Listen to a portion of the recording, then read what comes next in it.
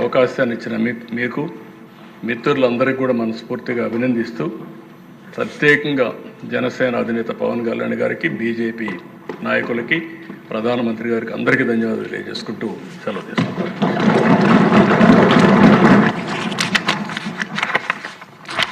తర్వాత ఇప్పుడే ముఖ్యమంత్రి గారు ఒక తీర్మానాన్ని అనౌన్స్ చేశారు. అది మీ అందరూ చూశారు. ఆంధ్రప్రదేశ్ షెడ్యూల్ కులాల జాబితాలో మరలా బుడగ జంగం కమ్యూనిటీని చేర్చవలసిందిగా కేంద్ర ప్రభుత్వాన్ని కోరుతూ ఒక తీర్మానం ప్రవేశపెట్టడం జరిగింది. మరి తీర్మానం మీద మా సభలో కూడా మాట్లాడాల్సిన అవసరం ఉంది కాబట్టి గౌరవ ముఖ్యమంత్రి గారు ప్రవేశపెట్టిన తీర్మానం సభా సమక్షంలో ఉంది. అనుకూలంగా ఉన్నవారు అవుననండి, వ్యతిరేకంగా ఉన్నారు కాదనండి, అవునన్నారు, అందరూ అవునన్నారు. తీర్మానం ఏకగ్రీవంగా ఆమోదించబడింది.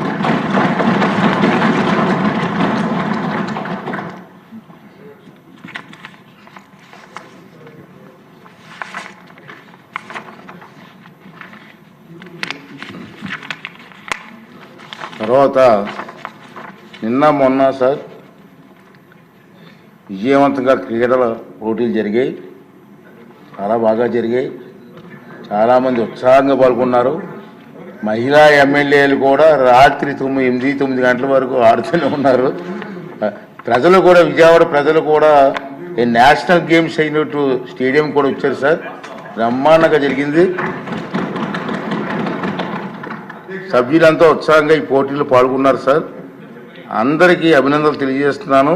ఈరోజు మన సభ్యులు విభిన్న కళారంగంలో కూడా వారు తాలూకు టాలెంట్ చూపించడానికి ప్రదర్శనలు కూడా చేస్తున్నారు. ఇప్పుడు ఆ తర్వాత ఆర్థిక శాఖ మంత్రి గారు మరి మీ ఆశీర్వాదంతో సభ్యులకు విందు కూడా ఏర్పాటు చేశారు సార్.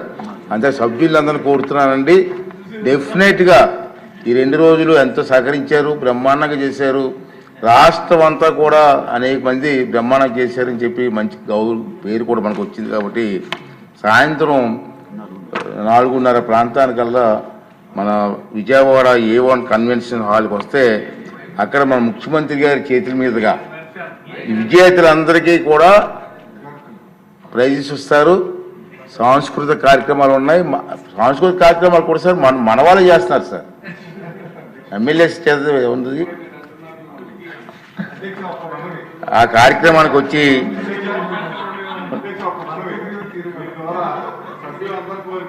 ముఖ్యమంత్రి గారు, ఉప ముఖ్యమంత్రి గారు కూడా ఈ ఆటల పోటీల్లో నెక్స్ట్ ఇయర్ సార్ పాల్గొని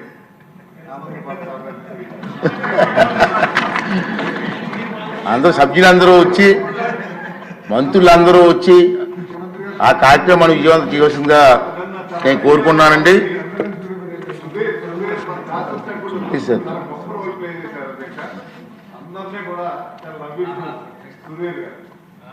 ఎవరు? ఓకే అండి, ఉండండి. తర్వాత ఈ సభ గురించి కూడా కొన్ని విషయాలు చెప్పవలసిన అవసరం ఉంది.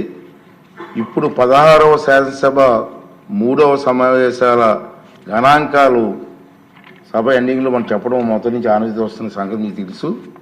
సభ మొత్తం మీద గవర్నర్ గారి ప్రసంగం రోజులు మినాయిస్తే 15 రోజుల పాటు సమావేశం అయింది సార్.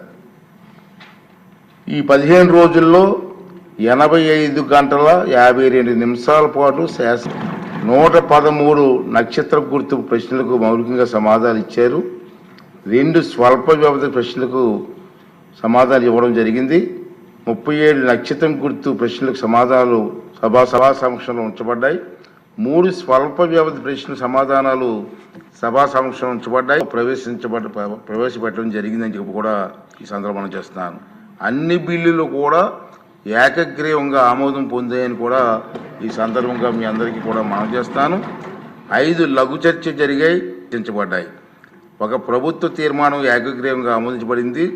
సహకార బ్యాంకుల అవకతవకలపై విచారణ కోసం సభా సంఘాన్ని ఏర్పాటు చేయాలని సభ్యుల తీర్మానానికి కూడా సభ ఏకగ్రీవంగా ఆమోదించబడిందని చెప్పి ఈ సందర్భంలో మనం చేస్తున్నాను సార్. ఈ సమావేశంలో ప్రతిపక్ష నాయకుడి హోదా గురించి నేను ఒక రూలింగ్ కూడా ఇచ్చాను. వివిధ అంశాల మీద సభ్యులు మొత్తం 127 ప్రసంగాలు చేశారు సార్. 23/20/25 అంటే నేటి రోజున శాసనసభలో రాజకీయ పక్షాల బలాబలాలు ఉన్నాయి సార్. తెలుగుదేశం పార్టీకి 135 మంది సభ్యులు, జనసేన పార్టీకి 21 మంది సభ్యులు, వైఎస్ఆర్ పార్టీకి కాంగ్రెస్ పార్టీకి 11 మంది సభ్యులు మాత్రమే ఉన్నారు. జాతీయ జనతా పార్టీకి 8 మంది సభ్యులు ఉన్నారు సార్. తర్వాత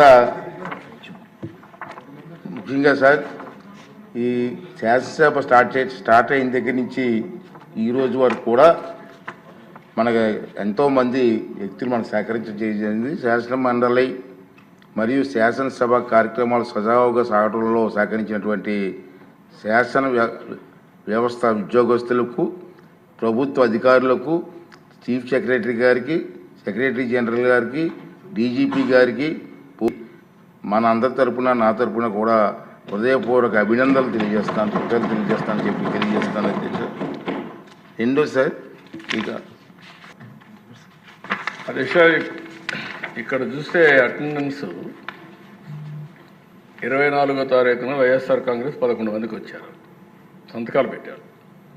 25 మంది సంతకాలు పెట్టారు. 18/3/2025 ఒకరు వచ్చారు. 19/3/2025 నలుగురు వచ్చారు. లోపల ఎక్కడ వచ్చిన కనపడలేదు అధ్యక్ష.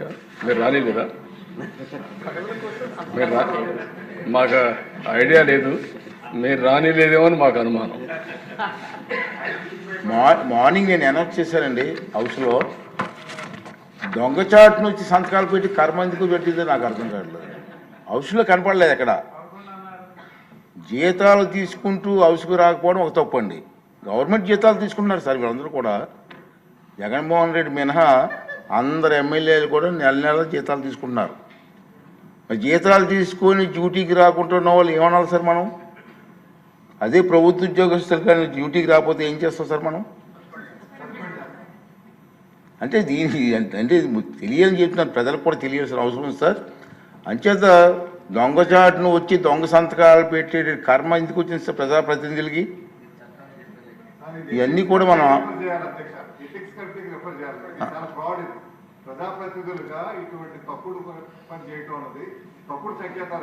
డెఫినెట్ చేద్దామండి. ఓకే, డెఫినెట్గా నేను ఒకసారి రూల్స్ వెరిఫై చేసి అవసరమైన రూల్స్ పర్మిట్ చేస్తే ఎథిక్స్ కమిషన్కి వెళ్దాం సార్. తప్పదు, ఇచ్చిందంటే ప్రజల డబ్బు ఇది.